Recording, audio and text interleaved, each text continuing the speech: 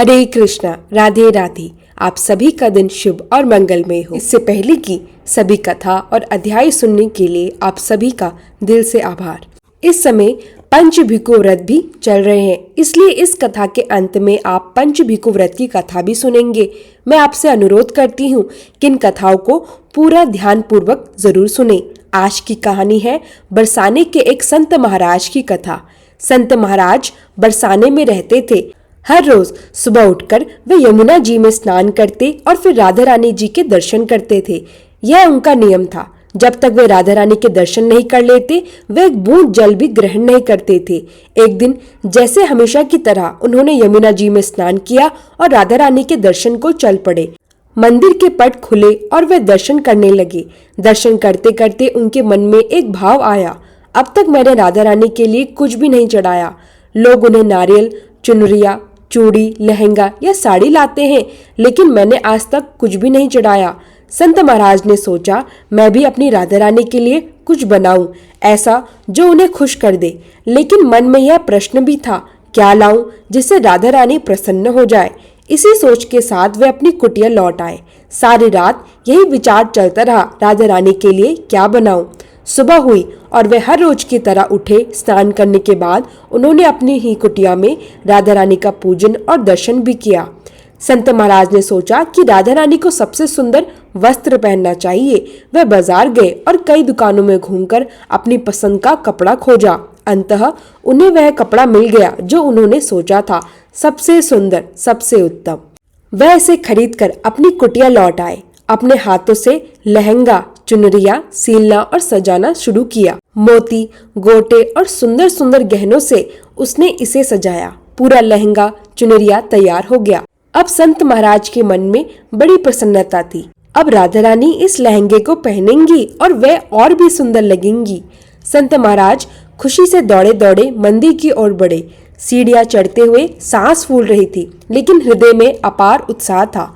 मन ही मन वह सोच रहे थे, आज राधा रानी मेरे हाथों से बनी पोशाक पहनेगी। इसी बीच बरसाने की एक नन्ही लाली वहां आई और बोली, बाबा आज आप बहुत खुश लग रहे हैं, क्या बात है। संत महाराज ने कहा, आज मैंने राधा रानी के लिए खुद का हाथ से लहंगा, चुनरिया बनाया है और आज उन्हें पहनाऊंगा। लाली ने उत्सुक होकर कहा, तो मुझे भी दिखाओ बाबा, आपने कैसा बनाया है। संत महाराज खुशी खुशी लहंगा, चुनरिया दिखा रहे थे, लेकिन लाली इतनी तेज थी कि संत के हाथ से पोशाक छीनकर भाग गई। संत महाराज बड़ी दुखी हो गए। आज तक मैंने राधा रानी को कुछ भी नहीं चढ़ाया और जो बनाया वह भी चली गई। वह भी मंदिर की सीढ़ियों पर बैठकर रोने लगे। कुछ अन्य संत वहां आए और पूछा, बाबा आप रो क्यों रहे हैं। संत महाराज ने पूरी घटना बता दी। संतों ने उन्हें समझाया, दुख मत करो, कल आप फिर से एक लहंगा बनाकर राधा रानी को पहनाए। संत महाराज का रोना थम गया, लेकिन मन अभी भी थोड़ा दुखी था, क्योंकि उनकी कामना पूरी नहीं हुई थी। फिर भी वह राधा रानी के दर्शन के लिए मंदिर के अंदर चले गए। जब मंदिर के पट खुले तो संत महाराज ने देखा, राधा रानी वही लहंगा, चुनरिया पहन रही थी जो उन्होंने खुद बनाया था। संत महाराज की खुशी का ठिकाना न रहा। वह भाव विभोर होकर बोले, राधा रानी आपने यह पोशाक खुद आकर क्यों पहन ली। राधा रानी ने उत्तर दिया, आपके भाव को देखकर मैं खुद नहीं रुकी। इस पोशाक में आपका प्रेम छुपा है, इसलिए मैं आकर उसे आपके हाथ से ले गई। संत महाराज भाव विभोर हो गए। इस प्रकार राधा रानी और भक्त के बीच भाव और भक्ति का अद्भुत अनुभव हुआ।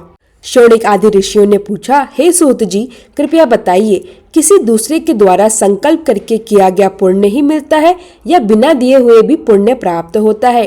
श्री सूत जी ने उत्तर दिया, हे ऋषियों, पाप और पुण्य दोनों बिना किए हुए भी मिल जाते हैं। सतयुग में एक का पाप या पुण्य पूरे देश को मिलता था, त्रेता युग में पूरे गांव को, द्वापर युग में पूरे कुल को, लेकिन इस कलयुग में केवल कर्म करने वाले ही नहीं बल्कि उनसे जुड़े लोग भी प्रभावित होते हैं। उदाहरण के लिए साथ में भोजन करने वाला पाप और पुण्य का आधा आधा भाग लेता है। दूसरों की निंदा सुनना या उनके कर्मों पर चिंतन करना भी बराबर पाप और पुण्य देता है। दूसरों का धन चुराकर दान देना भी पाप का भागी बनता है। शिक्षा या उपदेश देने वाला छठा अंश पाता है। पति पत्नी, गुरु शिष्य, पिता पुत्र भी छठा अंश पाते हैं। पत्नी पति का आधा पुण्य पाती है। हे ऋषियों, बिना किए हुए भी एक दूसरे को पाप और पुण्य की प्राप्ति होती है। अब मैं एक अत्यंत पुण्यदायी प्राचीन कथा सुनाता हूँ, ध्यान से सुनिए। एक समय उज्जैनी नामक नगरी में धनेश्वर नामक ब्राह्मण रहते थे, लेकिन यह ब्राह्मण सदाचार से रहित, पापी और मदिरा पान करने वाला था। सामान खरीदने बेचने के लिए कई नगरों में घूमता था। एक बार महिष्मती नगरी में गया। नर्मदा नदी के तट पर जप तप करने वाले ब्राह्मणों का पूजन देखा। शाम को श्री हरि का दीपदान महोत्सव भी देखा। उसी रात उसे सांप ने डस लिया। कुछ लोगों ने उसके मुख में तुलसी दल और नर्मदा जल डाला। इसके बाद उसकी मृत्यु हो गई। यमदूत उसे मारते पीटते यमराज के पास ले गए। चित्रगुप्त ने क्रोध भरी दृष्टि से देखा और कहा, यह बहुत बड़ा पापी है, इसे कड़ी सजा मिले। यमराज ने आदेश दिया कि उसे नरक में अत्यंत यातना दी जाए, लेकिन जब उसे तेल में डाला गया, तेल शीतल हो गया। इस पर देवर्षि नारद जी वहां उपस्थित हुए और उन्होंने बताया, धनेश्वर ब्राह्मण ने कार्तिक मास के व्रत का सत्संग देखा। मौके पर तुलसी दल और नर्मदा जल भी मिले और श्रीहरि का नाम उसके कानों में पड़ा, इसलिए उसका पाप नष्ट हो गया। यमराज जी ने उसे नरक की यातना से मुक्त कर दिया। धनेश्वर पुण्यात्मा बन गया। इस प्रकार कार्तिक मास का व्रत और सत्संग अत्यंत प्रभावशाली होता है। एक बार किसी गांव में एक साहूकार था। उसका एक बेटा और बहू भी थे। साहूकार की बहू कार्तिक माह में रोज सवेरे उठकर गंगा स्नान करती थी। वह किसी भी पराये पुरुष का मुख नहीं देखती थी। एक राजा का बेटा भी गंगा स्नान के लिए आता था। वह हैरान था, इतनी जल्दी कौन आता है स्नान करने। कार्तिक माह के 5 दिन बचे थे। एक दिन बहू स्नान करके लौट रही थी। राजा का बेटा स्नान करने नदी के किनारे आया।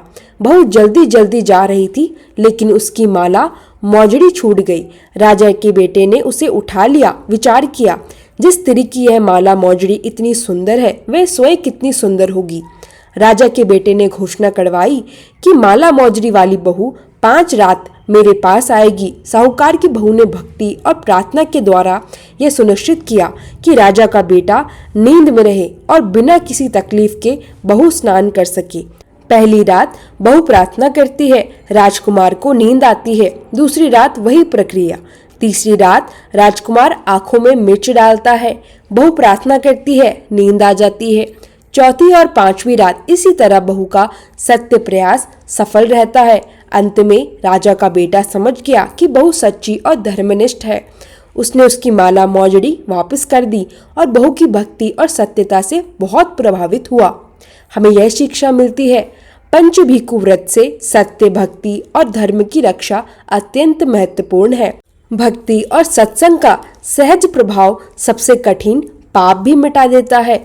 अब आइए सुनते हैं तुलसी माता की चालीसा और आरती। जय जय तुलसी भगवती सत्यवती सुखदानी, नमो नमो हरि प्रेयसी श्री वृंदा गुणखानी। श्री हरि शीश विरजनी देहु अमरवर अम्ब, जनहित है वृंदावनी अब न करू विलंब। धन्य धन्य श्री तुलसी माता, महिमा अगम सदा श्रुति गाता। हरि के प्राण हो से तुम प्यारी, हरि ही हेतु किन्हो ताप भारी। जब प्रसन्न है दर्शन दीनो, तब कर जोरी विनय उस कीनो। हे भगवंत कंत मम होहु, दीन जानि जन छुड़ाहु छोहु। सुनी लक्ष्मी तुलसी की बानी, दीनो शाप कद पर आनी। उस अयोग्य वन मांगन हारी, होहु विटप तुम जड़ तनुधारी। सुनी लक्ष्मी तिहि शेप्य होते ही ठामा, करिहु वास तुहु नीचन धामा। दियो वचन हरि तब तत्काला, सुनो सुमखी जन होहु बिहाला। समय पाई व्योरो पाति तोरा, पूज्यो आस वचन सतमोरा। तब गोकुल मह गोप सुदामा, तासु बही तुलसी तू बामा।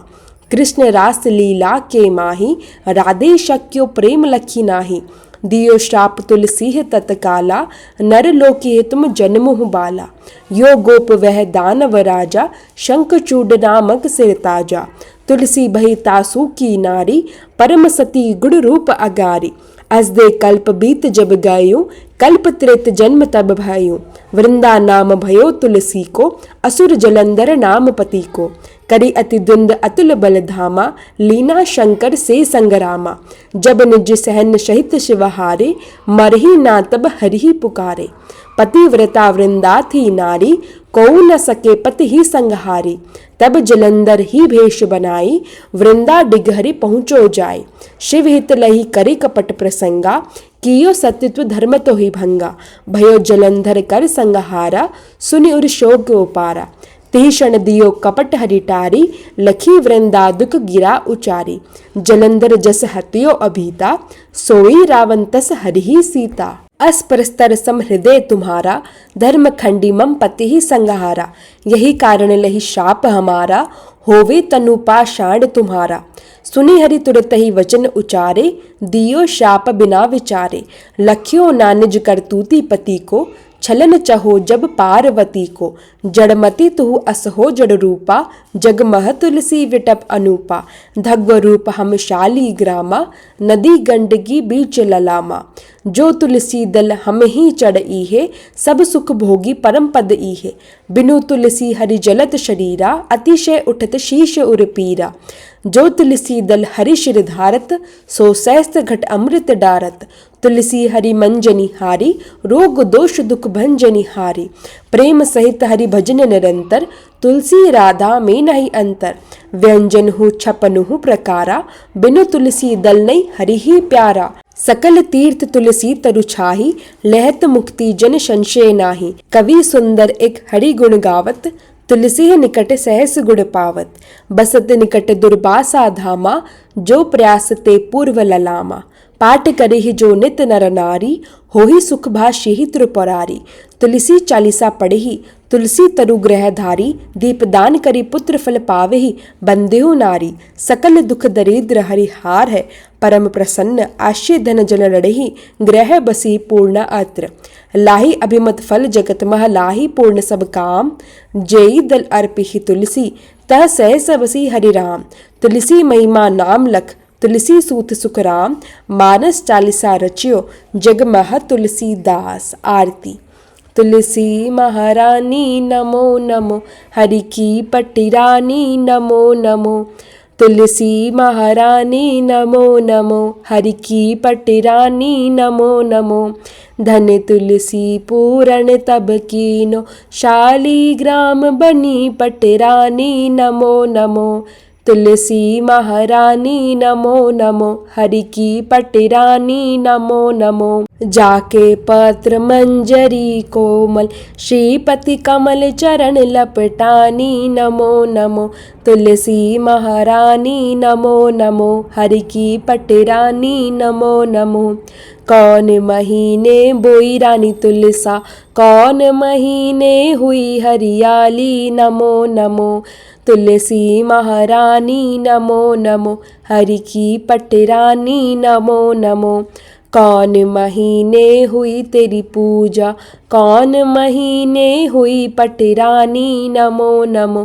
तुलसी महारानी नमो नमो, हरि की पटरानी नमो नमो। आषाढ़ मास में बोई रानी तुलसा, सावन महीने में हुई हरियाली नमो नमो। तुलसी महारानी नमो नमो, हरि की पटरानी नमो नमो। कार्तिक मास में हुई तेरी पूजा, मंगसिर मास में हुई पटरानी नमो नमो। तुलसी महारानी नमो नमो, हरि की पटरानी नमो नमो। धूप दीप नैग्व आरती, पुष्पन की वर्षा बरसानी नमो नमो। तुलसी महारानी नमो नमो, हरि की पटरानी नमो नमो। 56 भोग 3600 व्यंजन, बिन तुलसी हरि एक न मानी नमो नमो। तुलसी महारानी नमो नमो, हरि की पटरानी नमो नमो। जो तुलसी को सवेरे गाय, श्री कृष्ण के दर्शन पाए नमो नमो।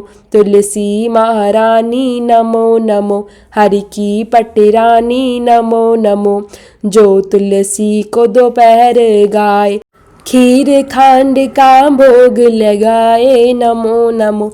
तुलसी महारानी नमो नमो, हरि की पटरानी नमो नमो।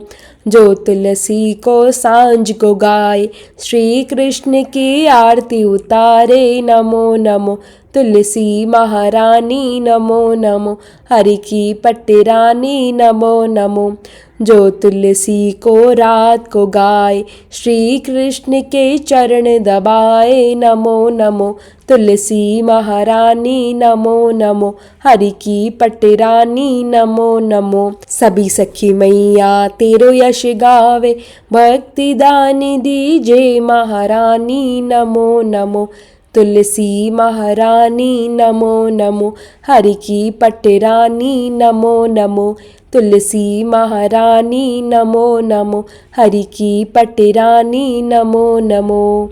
प्रेम से बोलिए तुलसी माता की जय।